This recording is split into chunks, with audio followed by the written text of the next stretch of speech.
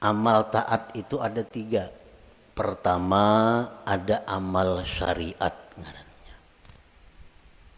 Yang kedua ada amal tarikat. Yang ketiga ada amal hakikat. Ini ketiga-tiganya adalah taat. Sebagian daripada tanda berpegangnya seseorang dengan amal, berkurangnya mengharap rahmat Allah ketika adanya kesalahan pada dirinya.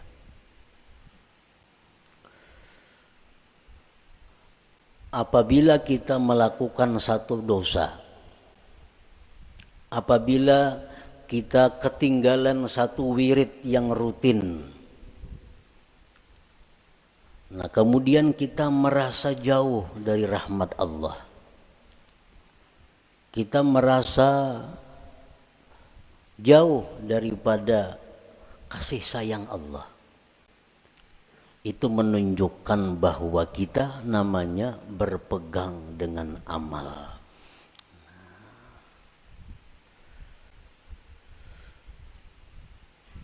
Orang-orang yang mulia, orang-orang yang sudah mengenal lebih jauh tentang Allah Subhanahu wa ta'ala, dalam keadaan apapun mereka itu tidak berkurang harapnya kepada Allah.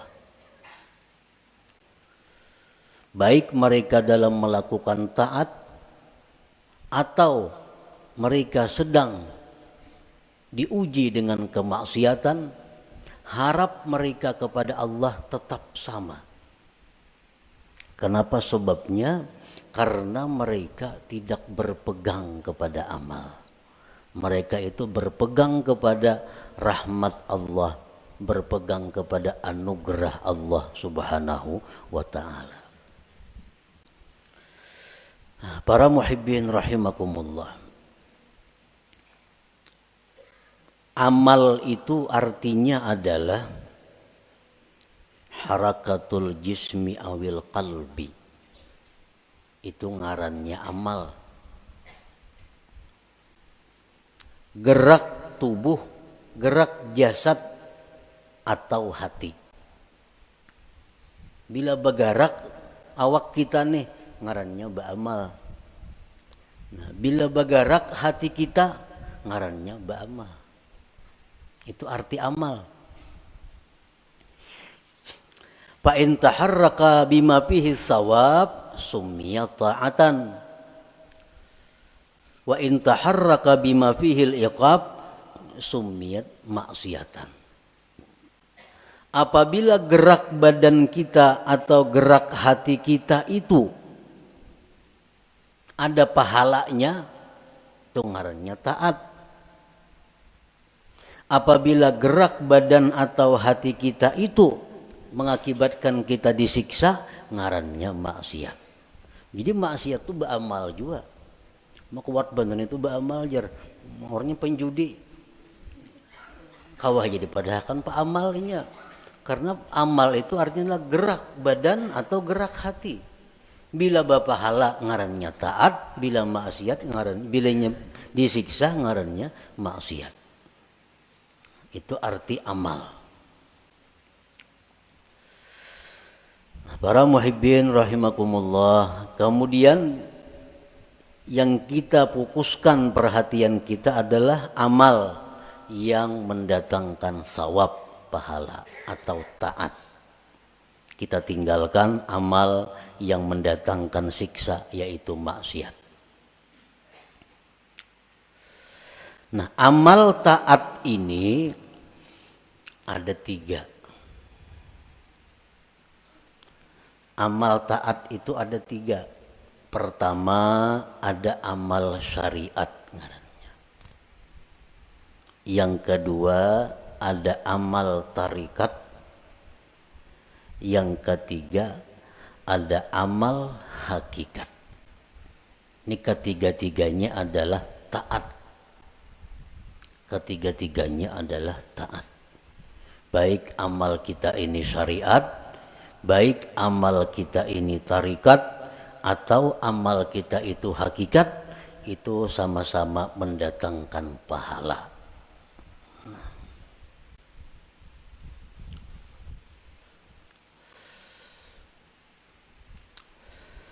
Amal syariat untuk apa? Para ulama tasawuf mengatakan amal syariat itu gunanya li islahil jawarih, untuk membaguskan anggota tubuh kita. Membaguskan mata, membaguskan telinga, membaguskan mulut, membaguskan tangan, membaguskan kaki. Itu disebut adalah amal syariat. Kayak apa mata supaya bagus? Jangan memandang yang diharamkan Allah. Kayak apa mulut nang bagus? Jangan berkata-kata yang dilarang Allah. Kayak apa batis nang bagus? Jangan melangkah kepada jalan yang diharamkan Allah. Kayak apa tangan nang bagus? Jangan menjamah atau menyentuh yang dilarang Allah. Nah, membaguskan anggota-anggota tubuh kita ini itu urusan amal syariat ngarannya.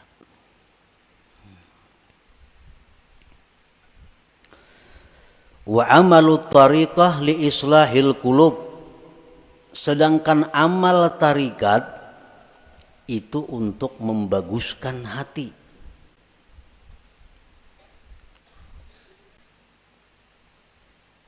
Amal tarikat itu gunanya adalah membaguskan hati. Kayak apa supaya hati jangan sombong, itu urusan amal tarikat yang membaguskan. Kayak apa hati supaya jangan ria, itu amal tarikat yang membaguskan. Kayak apa hati supaya jangan dengki, itu urusan amal tarikat yang mengurusnya. Nah, jadi amal tarikat itu adalah gunanya untuk membaguskan hati. Wa amalul hakikah li islahil arwah, sedangkan amal hakikat itu untuk membaguskan arwah. Membaguskan roh. Kayak apa roh kita ini supaya bagus? Roh nang bagus tuh nang kayak apa? Roh nang bagus tuh roh yang mengenal Allah. Roh yang bagus, roh yang mengenal Allah. Nah, kayak apa supaya roh kita ini bisa mengenal Allah? Itu urusan amal hakikat nang maaturnya. Urusan amal hakikat nang menuntunnya kepada demikian itu. Nah, jadi kita 3 amal yang perlu kita laksanakan. 1, amal syariat supaya zahir tubuh kita ini bagus. Yang kedua, amal tarikat itu kemudian dilaksanakan supaya hati kita bagus. Dan yang ketiga, amal hakikat kita lakukan agar roh kita ini bagus. Nah, para muhibbin rahimakumullah.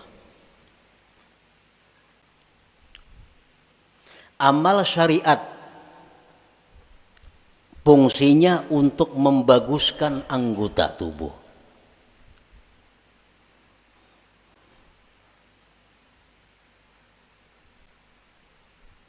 Amal syariat fungsinya untuk membaguskan anggota tubuh. Apa inti daripada amal syariat itu? Amal syariat itu saling banyakan. Tetapi kembali kepada 3 pokok. 3 pokok inilah yang disebut dengan amal syariat. Pertama, tobat. Nah, pertama tobat. Yang kedua, takwa. Yang ketiga, istiqamah. Nah, ini seluruh amal syariat kembali kepada 3 ini. Tobat, kemudian takwa, kemudian istiqamah. Nah, tobat artinya apa? Membersihkan diri daripada yang kotor-kotor, membersihkan diri daripada maksiat-maksiat. Itu tobat. Dimandii, nah, mandi itu tobat ngarannya. Imbah mandi hanyar dipakaiani. Nah, dipakaiani betapi, babaju, bakupia, bermacam-macam pakaian. Nah, itu adalah takwa. Nah, kayak apa supaya jangan lepas pakaian itu dari kita? Ngarannya istiqamah. Manbanu besalawar, manbanu betilanjang tuh ada istiqamah ngarannya. Istiqamah ini selalu berpakaian. Nah, artinya apa? Selalu menjunjung perintah Allah, menjauhi yang dilarang Allah dalam keadaan apapun. Itu istiqamah. Dalam keadaan susah, rajin ibadah. Dalam keadaan kaya, rajin ibadah. Dalam keadaan sakit, rajin ibadah. Dalam keadaan sihat, rajin ibadah. Dalam keadaan apapun ibadah kada tertinggal. Ini ngarannya istiqamah. Nah, 3 hal itu urusan amal syariat.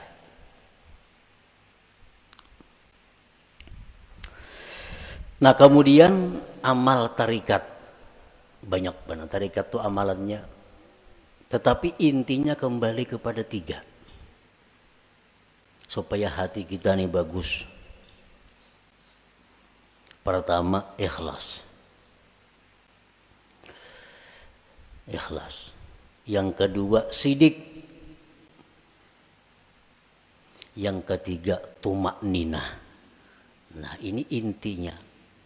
Seluruh amal tarikat buliknya kenang 3 ini.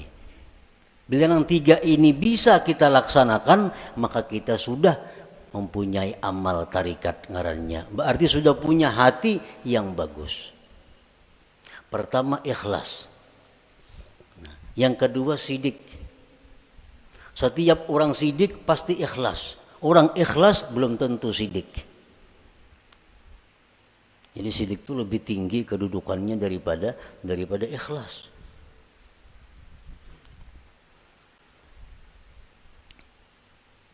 Orang sembahyang itu bisa ikhlas. Belum tentu sidik. Belum tentu sidik. Buktinya apa? Belum tentu sidik. Seringkali kita mengucap dalam sembahyang itu Bismillahirrahmanirrahim, mulut kita, tapi hati kita di manakah? Hati kita di rumah. Itu kada jujur ngarannya. Kalau orang yang jujur mulutnya Bismillahirrahmanirrahim, hatinya Bismillahirrahmanirrahim. Nah, jadi kedudukan sidik lebih tinggi daripada ikhlas. Nah, yang ketiga, tumakninah. Tumakninah itu artinya tentramnya hati dengan Allah. Tentramnya inya itu lawan Allah nang tentram.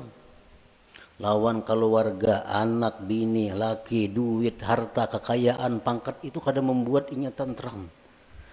Tapi begitu mengingat Allah, hatinya tentram. Nah, ini tumakninah. Ini urusan tarikat. Urusan tarikat. Jadi kalau orang sudah lulus dalam tarikat itu pasti tentram dengan Allah. Alladzina amanu wa tatma'innu qulubuhum bi dzikrillah, ala bi dzikrillah tatma'innul qulub. Ini untuk orang tarikat. Nah, orang-orang yang beriman itu tentram hatinya dengan mengingat Allah. Nah, jadi kalau kita sudah bertarikat, lulus dalam tarikat itu, pasti kita tentramnya kita dengan Allah. Tak kumpul lawan siapa saja kadang membuat tentram. Tapi begitu kita ingat Allah, walaupun saurangan di hutan belantara, tetap tentram hatinya. Nah, ini sudah orang yang lulus dalam tarikah ngarannya. Nah, yang ketiga, hakikat, amal hakikat. Hakikat tadi gunanya untuk membaiki roh. Roh yang baik itu roh yang kenal Allah. Nah, kayak apa roh kita ini supaya kenal Allah? Itu urusan amal hakikat, pekerjaan hakikat. Dan inti pekerjaan hakikat itu kembalinya kepada 3. Pertama, murakabah. Murakabah. Murakabah itu artinya merasa dirinya selalu diawasi oleh Allah, merasa ditilik oleh Allah, merasa diperhatikan oleh Allah. Lalu kada wani berbuat hal-hal yang kada baik karena selalu diawasi oleh Allah. Nah, itu murakabah. Bila orang tuh kawak nangka itu merasa diri diawasi oleh Allah siang malam, di kamar, di rumah, di pasar, di kantor, di hutan, di perumahan, merasa selalu diawasi Allah, maka orang ini akan diberi Allah musyahadah. Nah, musyahadah.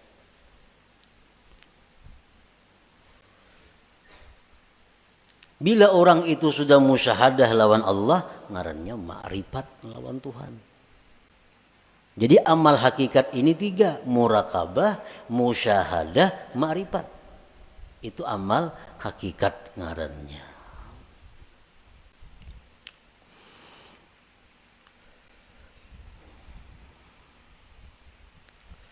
Wa'budillah ka'annaka tarah.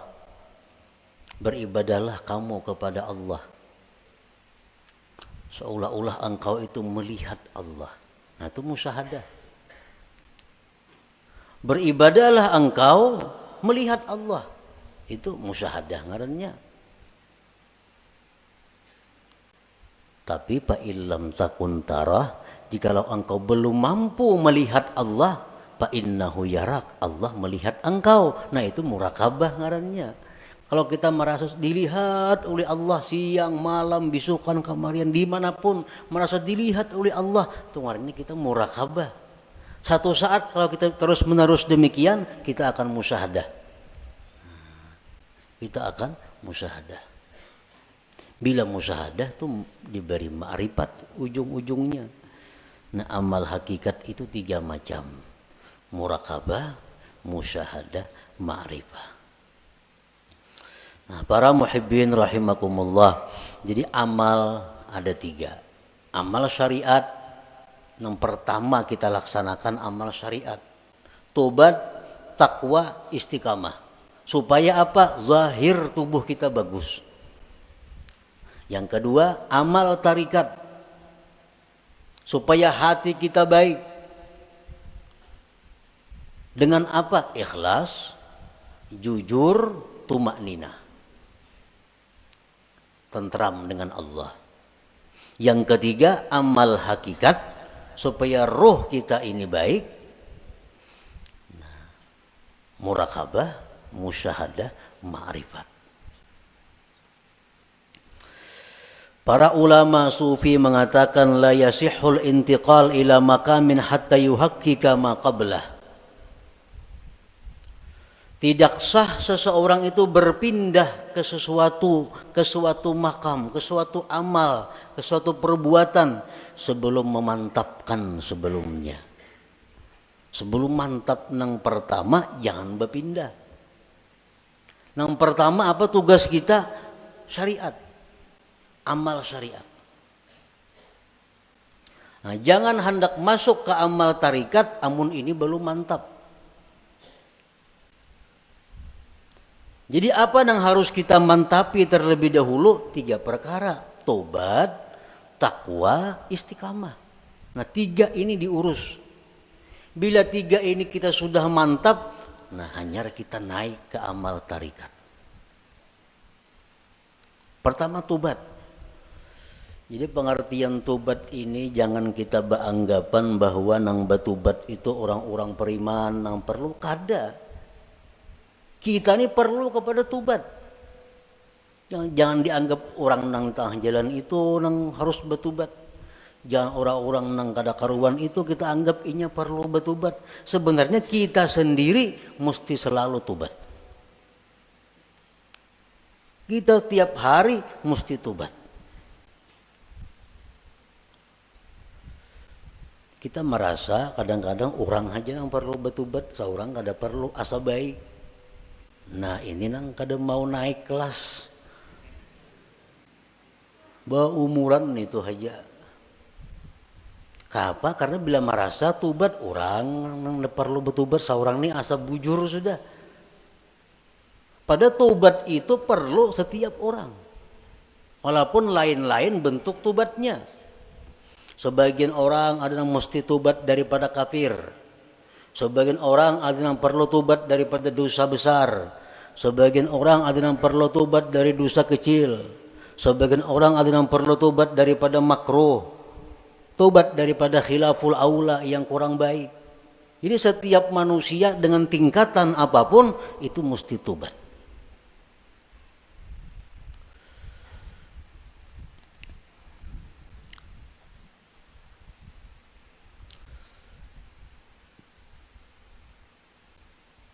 Nah kita sudahlah bertobat, sudah. Dulu minum arak, sekarang ampih. Dulu penjudi, sekarang ampih. Tobat. Dulu ketujuh riba, sekarang ampih. Tobat. Dahulu suka zina, sekarang ampih, sudah tobat. Nah cuma tahukah kita tobat kita itu diterima atau kada? Nah, karena orang nang ampih itu belum tentu diterima.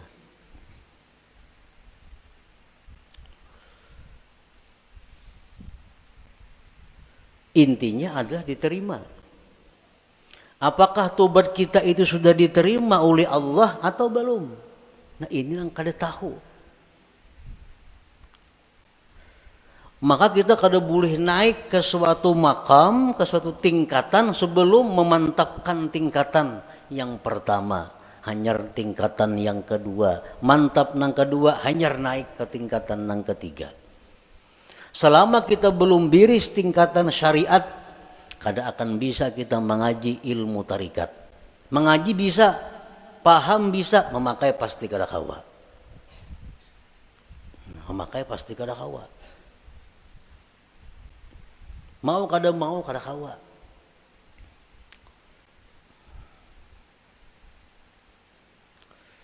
Tarikat belum biris, belum matang, belum selesai, kada akan bisa naik kepada hakikat. Maka dengan hakikat itulah kita bisa dapat kepada ma'rifat. Nah, jadi diibaratkan itu ma'rifat itu satu mutiara. Nah, mutiara, andaknya mutiara itu di dalam ruangan nang halus, muat awak.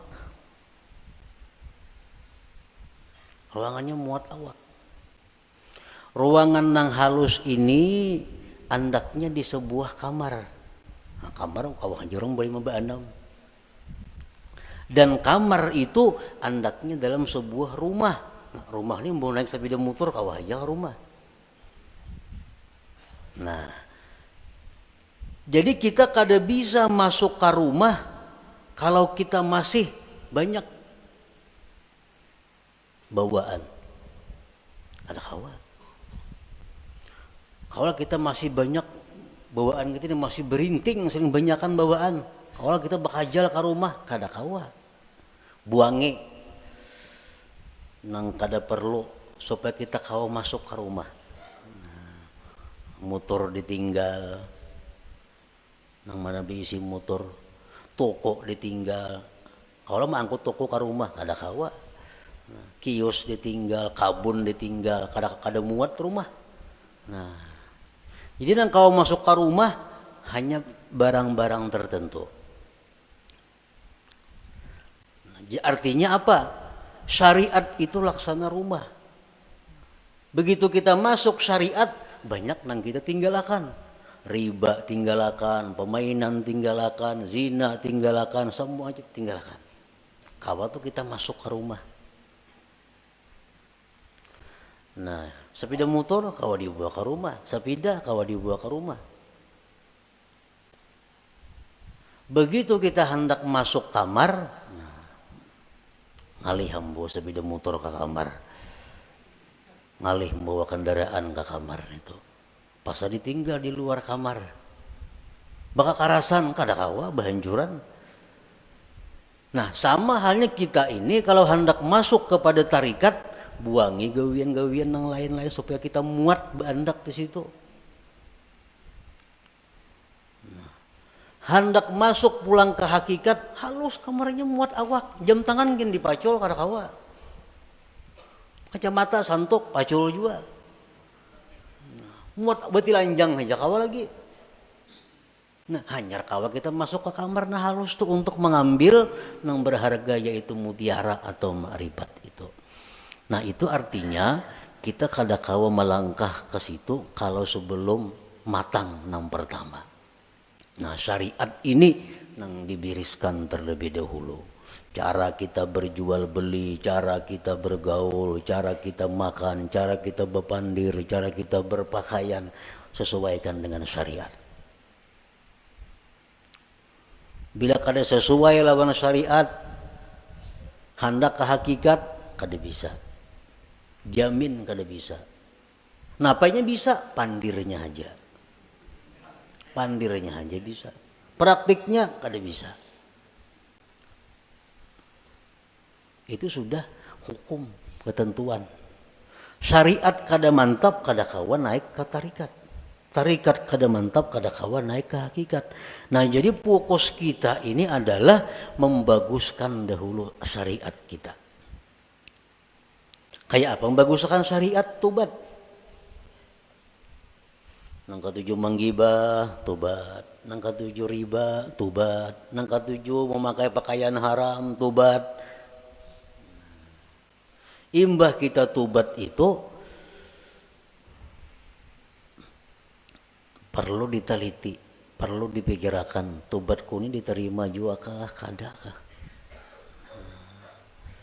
Selama kita belum ada ketentuan tobat ini diterima atau kada diterima, hati kita masih kada nyaman, hati kita masih kada tentram karena belum ada kepastian tobat atau kada tobat. Takwa kemudian ibadah, sembahyang, puasa segala macam. Takwa, istiqamah terus menerus seperti itu.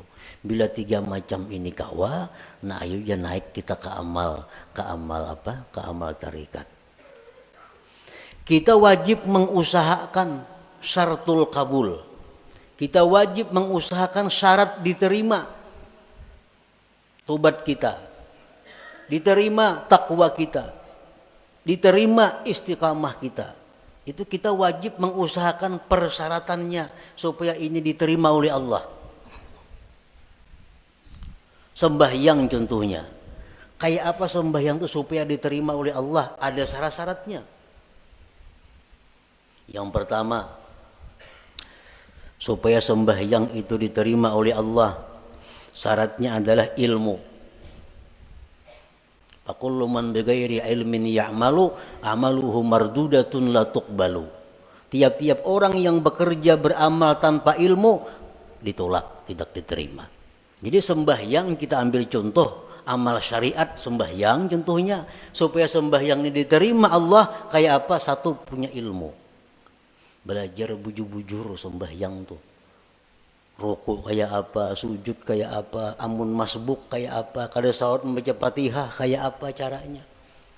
Nah, bujur-bujur belajar sembahyang supaya sembahyang kita diterima. Yang kedua, supaya diterima sembahyang itu ikhlas. Berhubung ini amal syariat, ikhlasnya pun ikhlas syariat. Ikhlas syariat yang kayak apa? Sembahyang mengharapkan surga, sembahyang karena takut lawan api neraka, ikhlas menurut syariat. Sembahyang kita mudahan masuk surga dengan itu syariat bujur, ikhlas.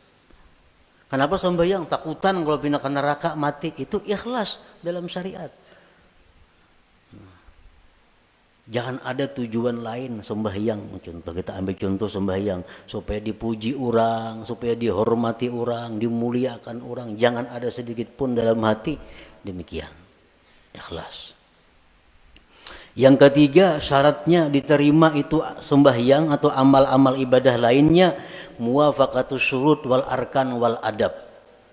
Sembahyang kita ini sesuai syarat. Penuhi syarat-syaratnya apa? Rukun-rukunnya apa? Adabnya apa? Orang hendak sembahyang mesti berwudu, suci daripada hadas najis, menutup aurat, menghadap kiblat, masuk waktu. Nah, penuhi. Bersihin najis, sucikan hadas dengan wudu, tutup aurat, tunggu waktu sembahyang, bila masuk hanyar sembahyang. Nah, itu syaratnya sudah biris. Syaratnya biris, rukunnya, rukun sembahyang. Ruku kayak apa, bacaan Fatihahnya kayak apa, sujudnya kayak apa, sesuaikan dengan aturan. Embah itu pulang adab. Walaupun sembahyang ini syaratnya cukup, rukun cukup, tapi kada beradab, itu bisa kada diterima.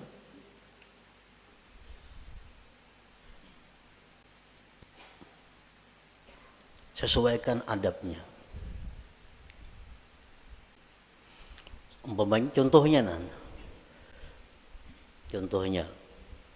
sembahyang pakai pinggang aja. Allahu Akbar. Nah, pakai pinggang. Ini lawan syarat kada bertentangan. Lawan rukun kada bertentangan. Tapi adab bertentangan. Allah kada menerima sembahyang kayak ini. Harap tinggi Tuhan sembahyang kayak itu. Allahu Akbar. Nah. Jadi adab sembahyang termasuk nang sunat-sunat dalam sembahyang dilaksanakan. Yang keempat, ada mubtilat wal mukrihat wal makruhat. Tidak ada yang membatalkan dan yang dibenci Allah. Sembahyang atau ibadah kadang-kadang membatalkan, kadang-kadang dibenci Tuhan. Kita gawi semua nang sunat, jauhi nang makruhnya. Yang kelima, al halal fi ma yata'allaqu bih. Halal pada sesuatu yang berhubungan dengannya. Nah, pada berhubungan, makan, minum untuk tenaga, pakaian, tempat. Itu mesti halal. Rasulullah bersabda, man akala luqmatan min haram lam tuqbal minhu salatu arba'in laylah. Orang yang makan satu suap daripada makanan yang haram tidak diterima sembahyang 40 malam. Sasuap tuh kita makan nang haram, 40 malam sembahyang kita ditolak Allah. Sepiring berapa suap?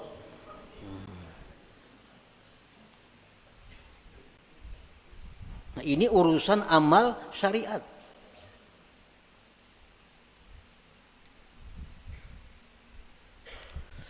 Pakaian kita mesti halal. Rasulullah SAW bersabda, man ishtara sauban bi ashri darahim bi samanihi dirhamun haram lam yaqbalillah salatahu ma dama alaihi minhu syai. Barang siapa nukar pakaian 10 dirham, 1 dirham ada yang haram, kada Allah terima sembahyangnya selama itu masih ada. Nah, jadi kalau amal syariat ini kita biriskan dan kita usahakan syarat diterima oleh Allah, nah hanya kita melangkah ke amal hak tarikah. Hanya ke amal tarikah. Para muhibbin rahimakumullah. Imam Ahmad ibnu Athaillah tadi mengatakan, termasuk tanda orang yang berpegang dengan amal, kurangnya berharap kepada Allah ketika terjadi maksiat pada dirinya. Nah sekarang kita tadi beramal, tobat sudah kita laksanakan, syarat-syarat untuk diterima sudah kita laksanakan, takwa sekarang ini kita laksanakan, istiqamah kita laksanakan. Jangan sekali-kali kita berpegang, kita condong, kita gembira dengan tobat, takwa dan istiqamah itu. Jangan sekali-kali kita berpegang, jangan sekali-kali kita bersandar, jangan merasa gembira dengan tobat, takwa dan istiqamah tadi. Kenapa sebabnya? Karena takwa, tobat, istiqamah itu bagian amal syariat tuh, itu kada akan bisa memasukkan kita ke dalam surga. Kada perlu kita gembira dengan itu. Lalu apa nang kita gembirakan, nang kita banggakan, nang kita gembirakan itu adalah rahmat Allah nang datang kepada kita sehingga kita bisa tobat, bisa takwa, bisa istiqamah. Nah, rahmat Allahnya ini nang kita gembirakan, bukan takwanya. Nah, bila kita menggembirakan dengan takwa yang kita lakukan, ngarannya berpegang dengan amal. Bila orang berpegang lawan amal itu, lawan Tuhan turun naik. Bila banyak maksiat asa jauh lawan Tuhan, bila berbuat taat asa parak lawan Tuhan. Pada Tuhan tuh ada berjauh berparak sebenarnya. Nah di situ kelemahan tauhid kita. Kenapa kita bila berbuat maksiat asa jauh lawan Tuhan, berbuat taat asa parak lawan Tuhan? Karena kita berpegang lawan amal. Jika kita berpegang dengan rahmat Allah, apapun keadaan kita selalu dekat dengan Allah. Baik dalam maksiat kita dekat dengan Allah, waktu taat dekat lawan Allah, karena kita berpegang lawan Allahnya, bukan dengan amal kitanya. Nah ini min alamatil i'timad 'alal amal nuqsanur raja inda wujudiz zalal. Rasulullah SAW bersabda, la yadkhula ahadukumul jannah bi amalihi. Seseorang kamu, ujar Nabi, selamanya tidak akan bisa masuk surga dengan amalnya. Nah, buat apa kita berpegang lawan amal? Buat apa kita gembira dengan tobat, gembira dengan takwa, gembira dengan sembahyang? Nah, apa gembira akan? Itu kadang membawa ke surga, ujar Nabi kita. Qalu wala anta ya Rasulullah, qala wala ana. Aku pun ya Nabi, amalku kada bisa masukkan aku ke surga. Illa ayyataghammadani Allah birahmatih, kecuali Allah yang meliputkan aku dengan rahmatnya. Nah rahmatnya ini yang kita gembirakan. Oh kita gembira, kita suka tobat sebab Allah memberikan rahmat kepada aku. Bukan dengan tobatnya kita gembira, tapi dengan rahmat yang diberikan Allah kepada kita. Nah itu yang kita pegang. Bila kita memegang rahmat Allah, kita kada akan berubah dengan Allah dalam keadaan taat atau dalam keadaan maksiat. Nah inilah inti daripada yang dimaksud dalam hikmah yang pertama Imam Ahmad Ibnu Athaillah, min alamatil i'timad 'alal amal nuqsanur raja inda wujudiz zalal. Tanda orang yang berpegang dengan amal, kurang berharap, rasa jauh bila mana dia maksiat kepada Allah, padahal kada boleh itu. Jadi kita dalam taat dekat dengan Tuhan. Kita waktu maksiat pun jangan merasa jauh lawan Tuhan, tetap dekat dengan Tuhan. Karena maksiat taat itu adalah bagian daripada amal. Amal kada perlu kita pegang. Yang kita pegang adalah Allah, rahmatnya dan anugerahnya.